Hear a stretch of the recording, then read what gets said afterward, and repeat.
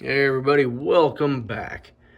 So my friend Anthony over at Georgia Sunbelt YouTube channel made a comment to me a week or two ago that he has a number of Atlas yellow box locomotives that he wants to put in DCC, and specifically the Katos, which is like this one here. And if you didn't know, that Katos are made in Japan, on the bottom of the locomotive it will say made in Japan. If it is an Atlas yellow box made by Roco, it will say made in Yugoslavia or something like that.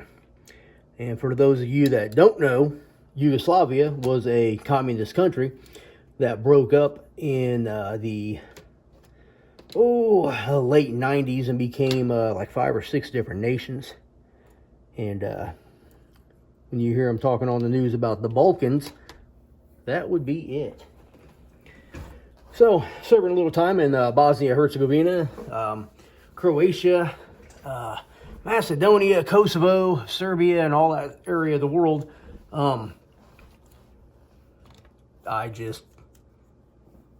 Well, I don't even know why the hell I said that. Either way, I've been to where, pretty close to where they made some of those old Atlas locomotives. I got off on a tangent there and everything else. But needless to say, Anthony wanted me to make a video about how to install DCC into these older Kato Atlas locomotives.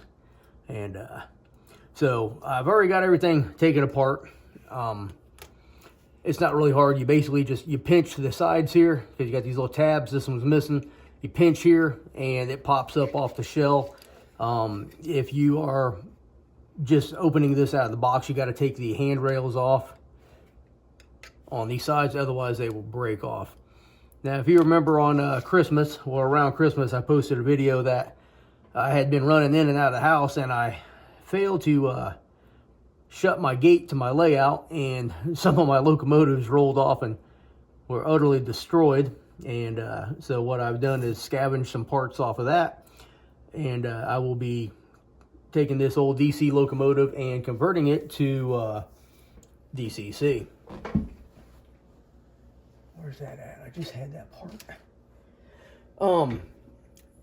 This is a oh goodness, I just had it. This is a TCS Wow Sound.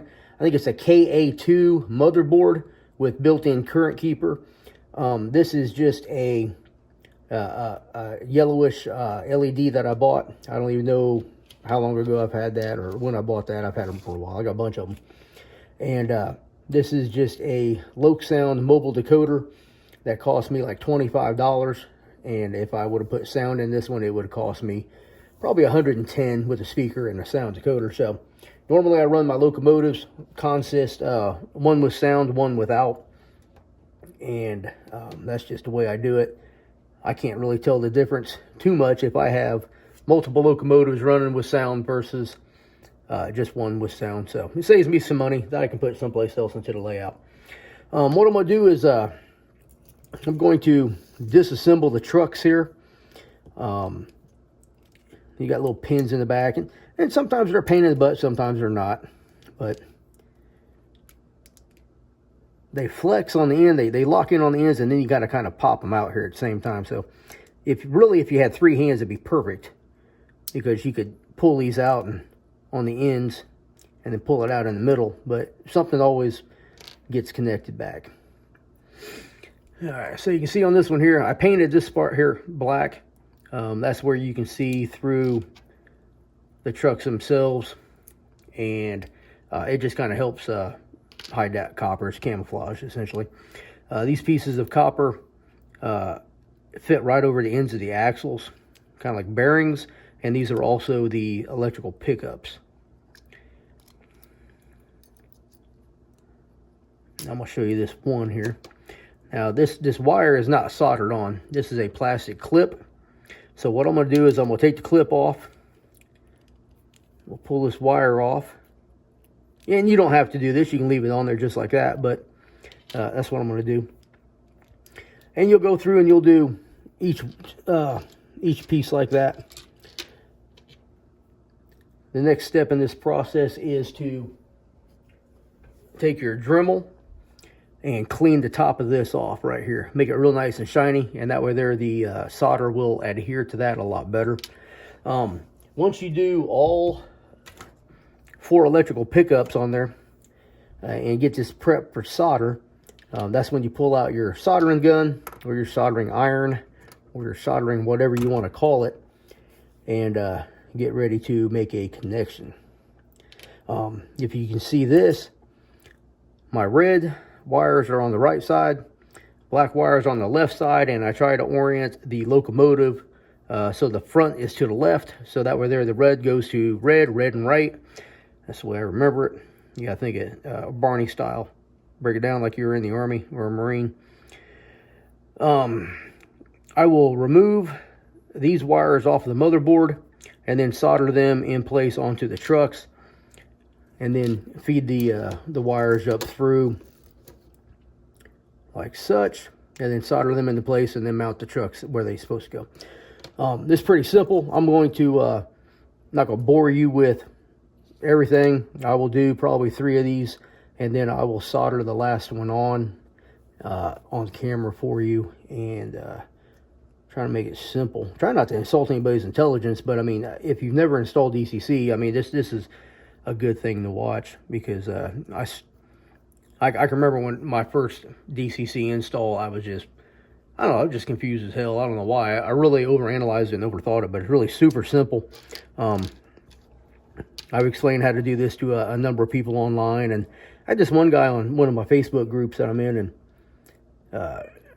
I guess maybe I did do a very good job talking about it to him or explaining it, and he got kind of confused, and I told him, just, all you gotta do is send it to me. I'll do the install for you for free, and I'll send it back to you. You ain't gotta pay me nothing. And I think he thought I was like some crook trying to steal his stuff, but I never heard from him again, and all I was just trying to help the guy out. And, it would help me out too, because I mean, when I do something for free for somebody, at the same time, I'm probably using it for content for my channel, so I'm getting something out of it. You're getting some free work done. You're getting a quality job done, and then, everybody's happy. But I guess he thought I was scamming him or something, but I don't know. So I'm going to go ahead and disassemble all this stuff. I'm going to get some things soldered up, and I'll bring you back here in just a microsecond. Show you how I solder this one up, my little solder setup as well, and then we will move forward to installing the motherboard, and I'll talk about this little part right here, and probably looks crazy, but it'll all make sense in a minute. All right. So what I did was I went ahead and painted the wheels, and just a little bit of a flat tan. I see this area right here. This is where the electrical contacts touch the wheels. So I'll have to go ahead and clean off just a little bit on there. So if you do this at home, make sure you clean these parts off and don't paint them. So I got 3 of these done. You can see the solder on there. I about burned a hole in my finger. I grabbed this one while it was still pretty hot. I just used clothespins to hold everything steady while I solder. And I actually have this little contraption that I made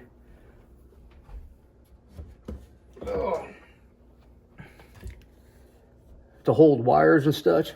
And it's just all a bunch of glue, some clips, and a little piece of plywood with another clip on there, a clothespin that is. And if I'm working on doing wires and stuff, this comes really comes in handy, because nothing moves around, and it makes everything a lot easier for me, in my opinion. So what I'm gonna do is solder this little bit of put a little solder on this last connection here, and then we will go and start taking apart wires and putting wires on.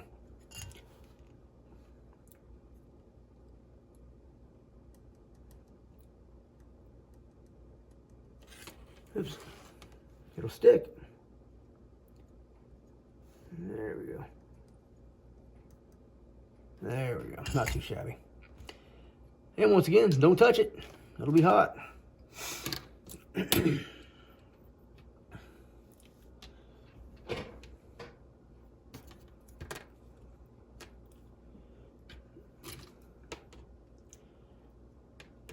I got a little peace and quiet tonight. My wife and my daughter went out to the movies.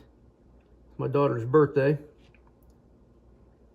That's why there's no video, or there was no video on Sunday. And because this is actually Sunday. And I didn't think I could get one put out. Come on now. Might be time for a new soldering iron. It only cost me like $15 at Walmart. Not that big of a deal.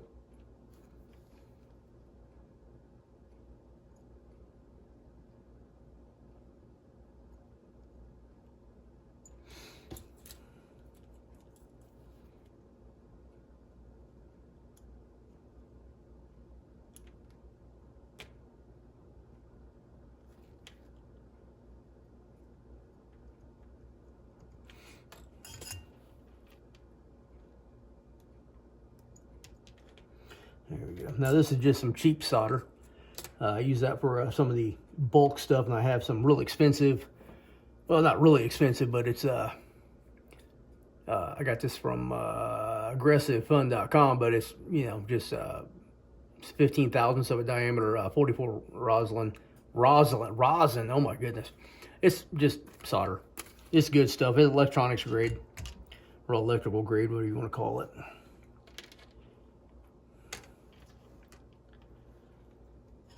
Normally you'd have to tin the ends of these, but they're already tinned, so they should go on without any problem.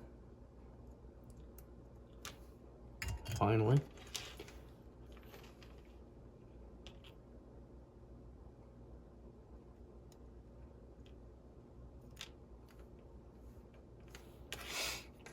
Now let's try to keep everything oriented towards the front.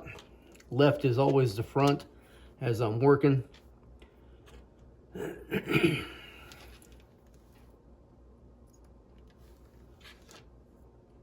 And I think that keeps me on track. No pun.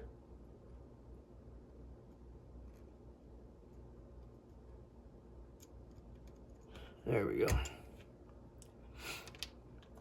Alright, so once all this paint dries up, I'll clean all this off, put these back on, put the trucks back together, and then I can put this in. I want to get the trucks in and the wires up and then the drive shafts in before I put this on. And I'll show you that here in just a second.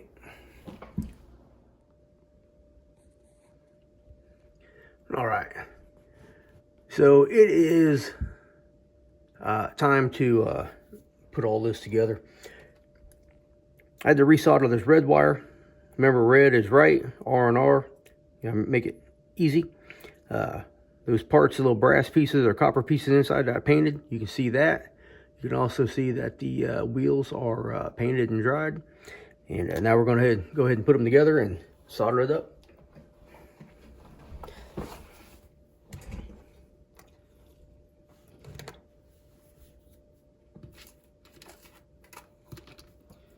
Yeah, we'll solder it up when I can find the freaking drive shafts. What I do is the drive shafts. Oh no.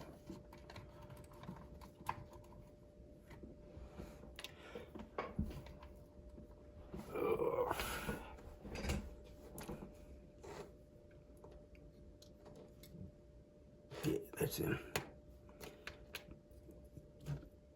All right, so you want your wires to go into the first part here between the flywheel and the I don't know, the bolster or whatever, wherever the truck mounts to.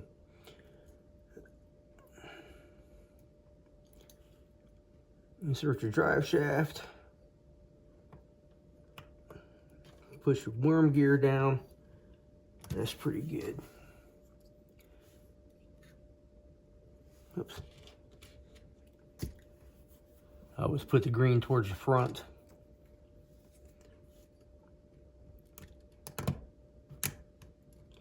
These things never want to go on either. Come on, damn it.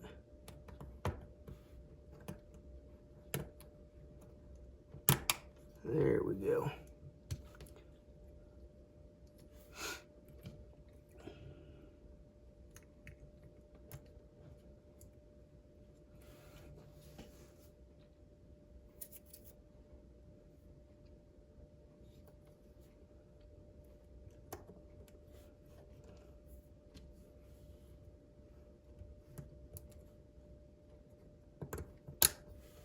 go.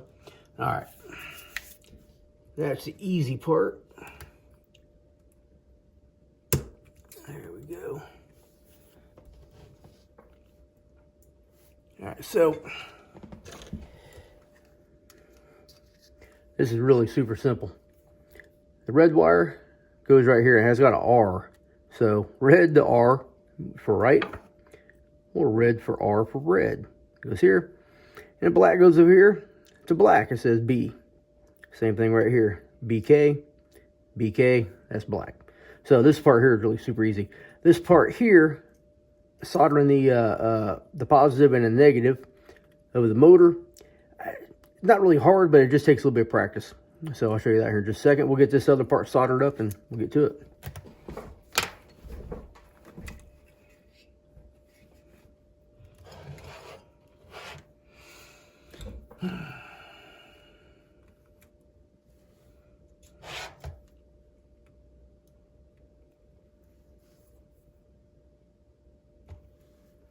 Sometimes it's easier to take your tweezers and hold everything in place, and sometimes it's more difficult. So, son of a bitch. Of course, I'm gonna have issues with this.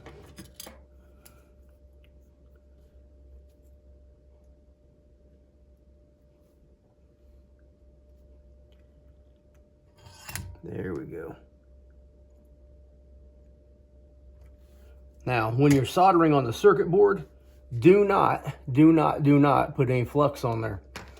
This solder that I showed you yesterday with the resin core, you don't have to use any solder with this because it's electrical grade. But if you do, that solder goes all over the place. Yeah, it'll stream out all around your circuit board and screw everything up.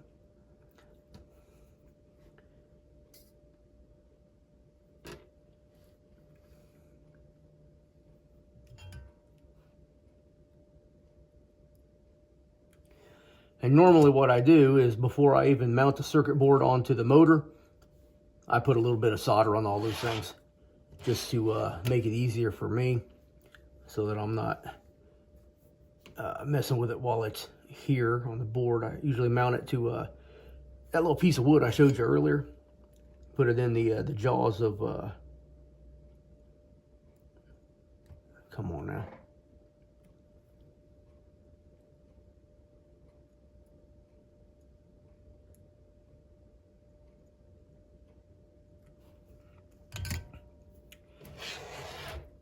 Now you can get this little soldering gun holder or soldering iron holder for like $10 at Hobby Lobby. This is probably the best thing I ever had. It's awesome. Unless you have one of those real expensive soldering systems, and then hey, good for you. I ain't jealous. Oh, let's do this one. Now what I'm trying to do is keep these wires in between the current keepers here. These little what's some things called? The resistors. Is it resistors? No, it's not. Capacitors. Between the capacitors, that way there, it keeps them out of the way of the shell when I'm mounting the body back onto the frame and everything. There we go. That's a good deal right there. All right. So what we're going to do is just put a little bit of solder on these little copper parts here. This just helps it to stick a little bit better. You just need a dab too, you don't need a whole lot. Come on now. I've said this before, I bought this probably 4 years ago, and of course it was out to here, it's pretty full, and this thing's pretty awesome. I probably have to buy another one. It cost me like $15. It wasn't, not a whole lot, but it lasts for forever. But I guess, you know, when you're buying something for model trains, at least my wife, she's like, oh my God, that's so expensive, but because it's so small, but she's looking at size compared to the price.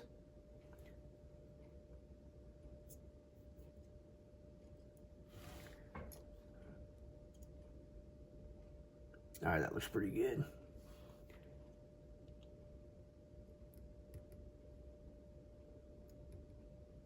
All right.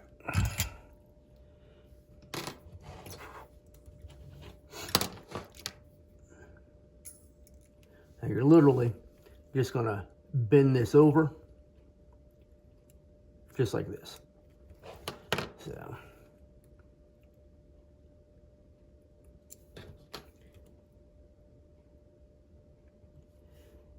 And what you do is you hold it down with your knife. As soon as you see the solder bubble up, take it off. It don't take but a second, and you're good to go, just like that. Now, right here where this plastic is, this rubs up against the body. So you want to make sure that your piece of copper is not sticking out past that, or it won't, your body won't fit on there. So that's looking pretty good right there.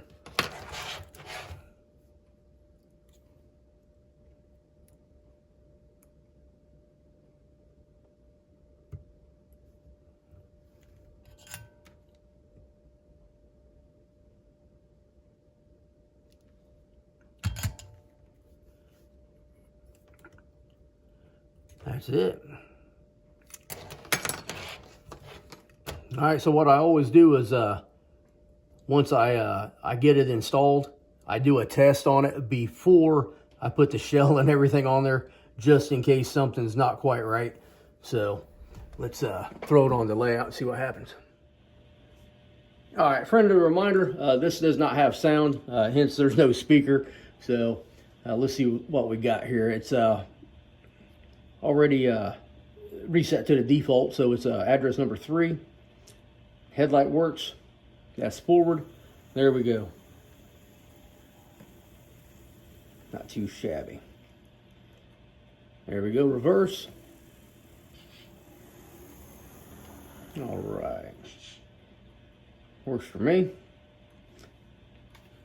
All right, let's head back over to the workbench, and I will show you a couple of things that I do to give it extra weight and more pulling power. All right. All right, so let's start putting this back together. Always unplug your soldering iron. Otherwise, you're going to burn yourself like I do it like a million freaking times, because I always touch my hand on there. Even though this is supposed to be a heat shield, fucking chair, it will burn you. Excuse my French. Get a little frustrated sometimes. All right, so just be mindful when you're putting everything back together that you don't hit any wires, knock anything loose. You can easily knock something off or break a solder. Always check your solders. Give them a little tug.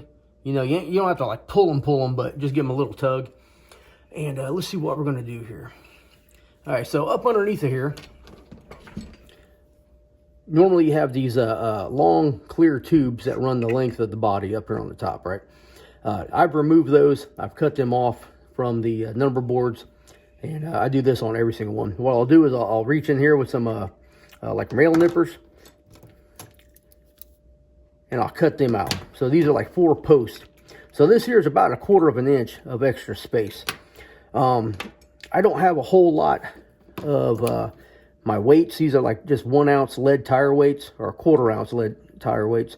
And normally what I do is I run them between this part right here behind the cab to about right here. And that adds roughly 2 ounces to the locomotive. If you use the standard weight that goes in there, I can't remember how, I think these are 1.2 ounces, so about 5 of these roughly. And these just literally sit on the ends.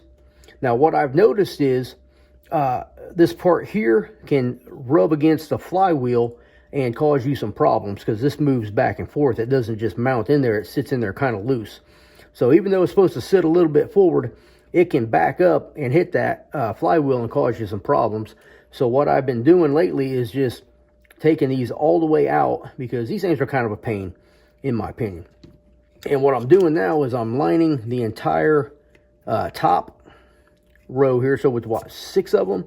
1, 2, 3, 4, 5, 6, 7, 8 of them. So 2 ounces right there. And then, yeah, it's about 8. And then back here, you got extra space, so you can stack you know, 2 or 3 of them up here and stick them together and still clear the gearbox here. The same thing for the front, and right here at the cab, you can stack them. You can put one here in the front, and then 1, 2 on top, and then 1, 2 on top of that, and that gives you what, 1.2 ounces, and it holds it in place a lot better than this, and you don't have any issues with it. The only thing that I don't like about it is this has a channel in it for your light. So if you get it up in there, your light will sit, your LED will sit up in here, and it gives you a pretty decent headlight. And it looks, I don't know, I Photoshop in my headlights anyway, but I mean, it looks pretty good when you're coming down the track. But I don't like them too bright in the photos because I think it kind of takes away from the picture itself. So let's go ahead and cut this out here. And this is kind of pain in the butt.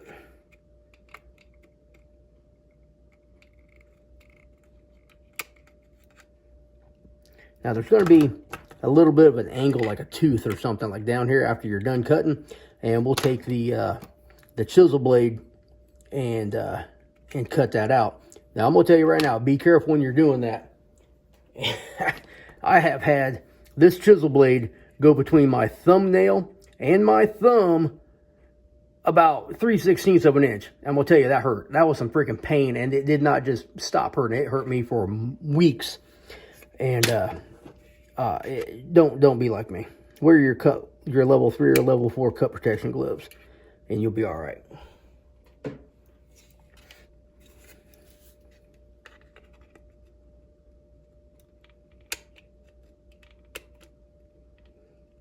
Now, if these nippers were designed a little different, or if I could find some that had, you know, I got a pair of these freaking cutters around here someplace, but I don't know where the hell they're at. But if they like were like this versus like this, scissor like, it'd be a lot better. I know that's a pretty rudimentary example there, but you got to bear with me. I was in the Army.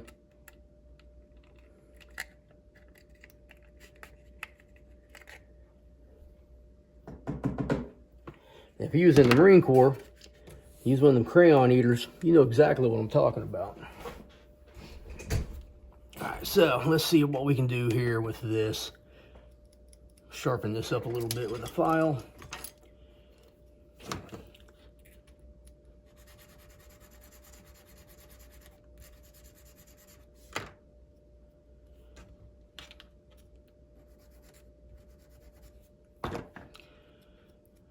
As I'm making this video, I'm reading all these text messages coming through from my, I guess my neighborhood chat group.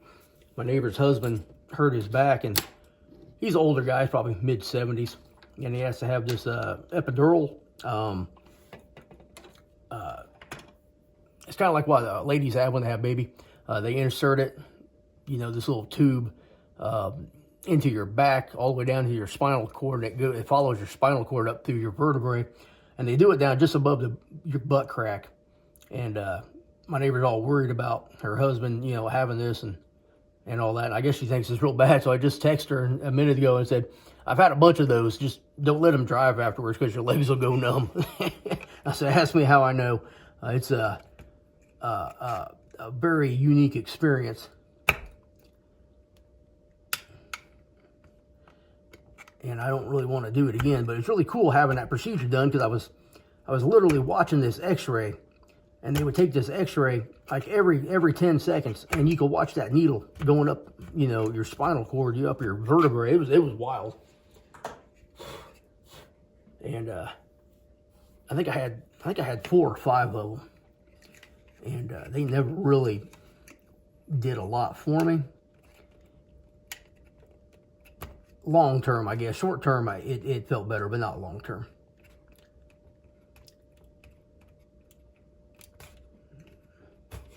All right, that was easy enough. All right, what did we say? 8? I think it's going to be 7 because of that headlight. Yeah, I think so. 1, 2, 3, 4, 5, 6, 7. Yeah.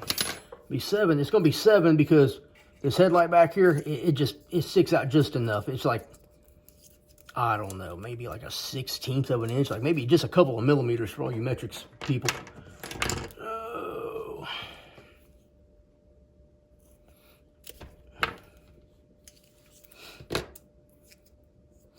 And that basically would just stick in just like this right here. And I'm gonna go ahead and I'll do the front as well. I need to order me a bunch of these. And these things are great. I go through, I don't know how many of these. I also get these bigger ones. These are steel and they're 1/2 ounce. And I use these on the cars. And they got the little adhesive backing on there, so I don't have to glue anything down. I just stick it, you know, one above each truck and it does great. So let's go ahead and put those in.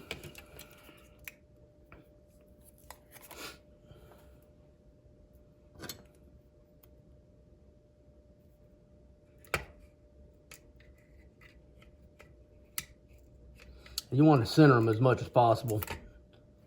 And sometimes you might fight with it, just like I am. Because my last name is Hale, and we have this family curse. And the curse is, if something is easy and will take anybody 5 minutes to do, it'll take us 25 minutes to do it. Just because nothing can be easy for us. Well, what's that saying? Life's tough when you're stupid. Well, dealing with stupid makes you tough, so there's a positive side to that as well.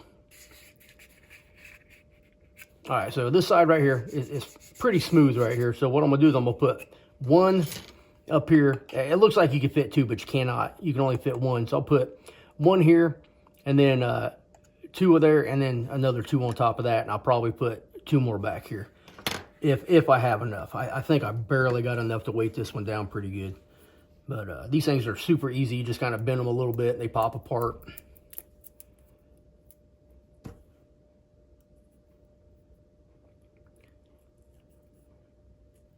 This is actually a long video. This is Monday night. My layout update just premiered about 15 minutes ago. I'm averaging about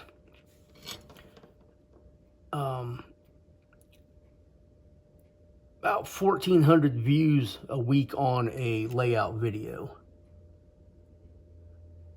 And I'm okay with that. I'm okay with that. I've had videos that I've done that only had, you know, 100 views in 2 years. So my channel is doing pretty well. I've had 273,000 views. I'm impressed with that. I mean, my most popular video is only about 5,200 views. And when I compare my channel to a lot of other people's channels that are similar, and there's a lot of people's channels that have been around a lot longer than mine that are only doing about the same as what mine is doing. So I'm pretty happy with the way it's going and how it's going. I don't have any complaints at all, other than the majority of my views come from unsubscribed viewers, which, I mean, that's fine and all, but I mean, I'd like to hit 2,000 subscribers. I usually get between 2 and 3 subscribers a day on average. Sometimes I get 3 or 4. It all depends on the video, to be honest. I've got videos that I put out that I've got 75, 80 subscribers off of it. I'm like, that's incredible to me.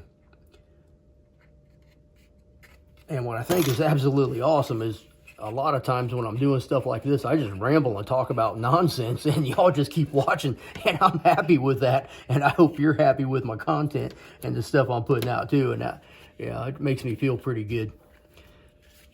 What I like to do is make sure that it's balanced. So I don't want too much weight in the back versus the front. I want to make sure it's pretty close, and I can feel it.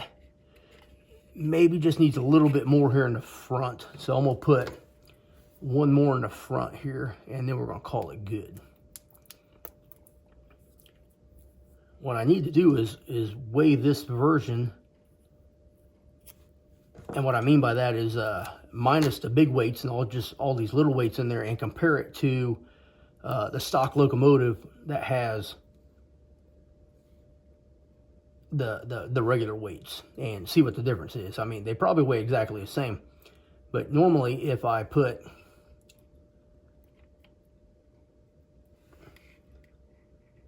come on now,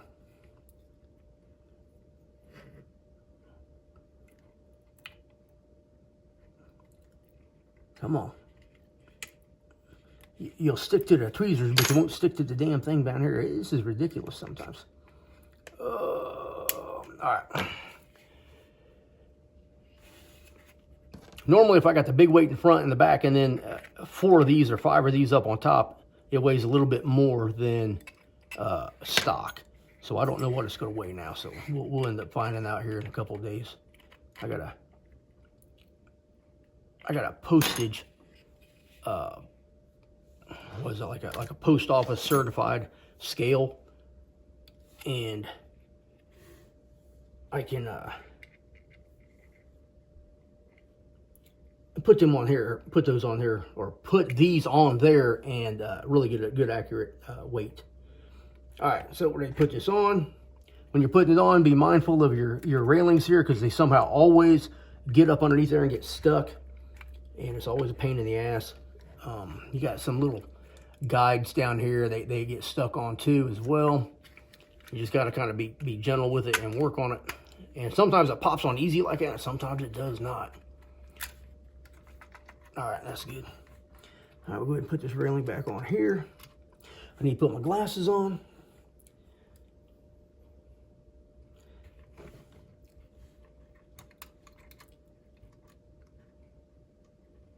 All you gotta do is get in the hole. Well, they say put a little hair around it, right? Make sure I'm still on camera good.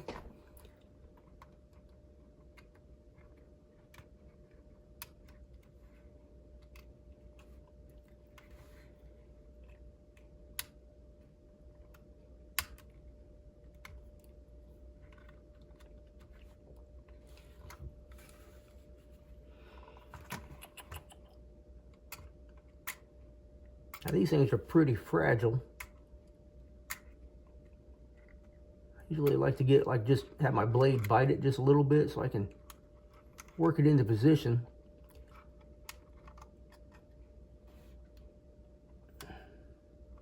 If you break them, you can find them on eBay. There's a guy out of Oklahoma that has just a ton of Atlas parts. I order from him probably every couple of months. Order a lot of stuff from him.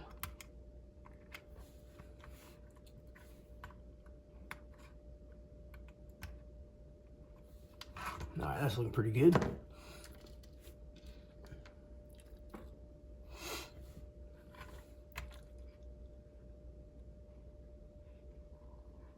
So the next locomotives I'm going to work on are those MRC Lima Alco C420s that I talked about in a couple of videos ago. That the gears were all messed up. I got with Northwest Shortline. They make a lot of replacement parts and stuff like that for brass locomotives. And I emailed them, and their tech guy emailed me back, and they actually make direct replacements for that locomotive. And I bought 2 sets, and it run me about $130. I paid for it with YouTube money, making a little bit right now. I make about $2 a day is what I make on average. So a video that I put out, like say a 15-minute video that has 1,000 views, I'll make about $5. And I know that don't sound like a lot, but I mean, for 2 years I put out videos for free. So I mean, and then all my other videos are monetized. So I challenge you to go watch some of my older videos. I got a bunch of some of my first videos. I really put a lot of effort into them. I mean, I was like spending like all day on the laptop working on them and editing and putting in information and stuff like that. That actually were pretty good. I went back and watched a couple of them thinking that they were going to be crap. They're actually probably better than what I'm doing now. I don't talk, so if you get tired of hearing my squirrely voice, go watch one of my older videos. I got my most popular video, come on now, is a fantasy locomotive run-by video, and it's pretty cool. And I watched it the other day, and I was like, man, that was really fun making that. So I need to get back to doing run-by videos and and some of my just run and train videos.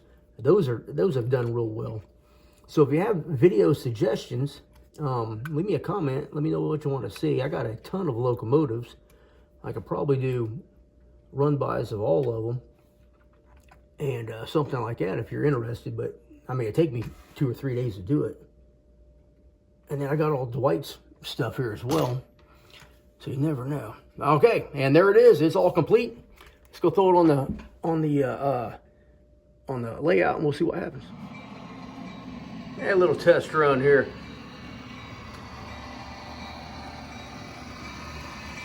.320 got a sound decoder a couple of days ago.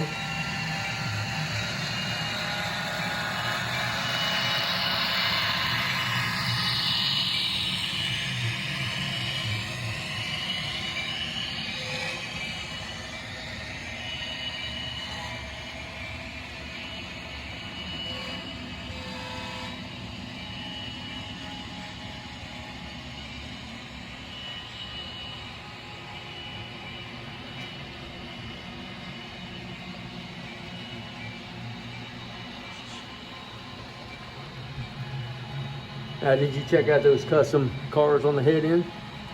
Pretty cool, huh? Might want to rewind, check them out. Now, West Virginia and Gone is a kit bash from 2 like life likes that I did like 5 or 6 years ago, and that's like one of my favorite cars. It looks awesome.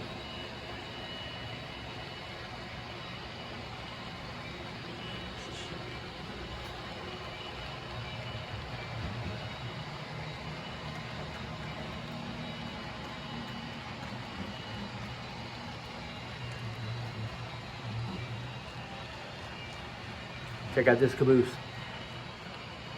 That's tight. All right, everybody, thank you for watching. I appreciate you. Like, comment, subscribe, and come back in a few days and see what I do next. Thank you for watching.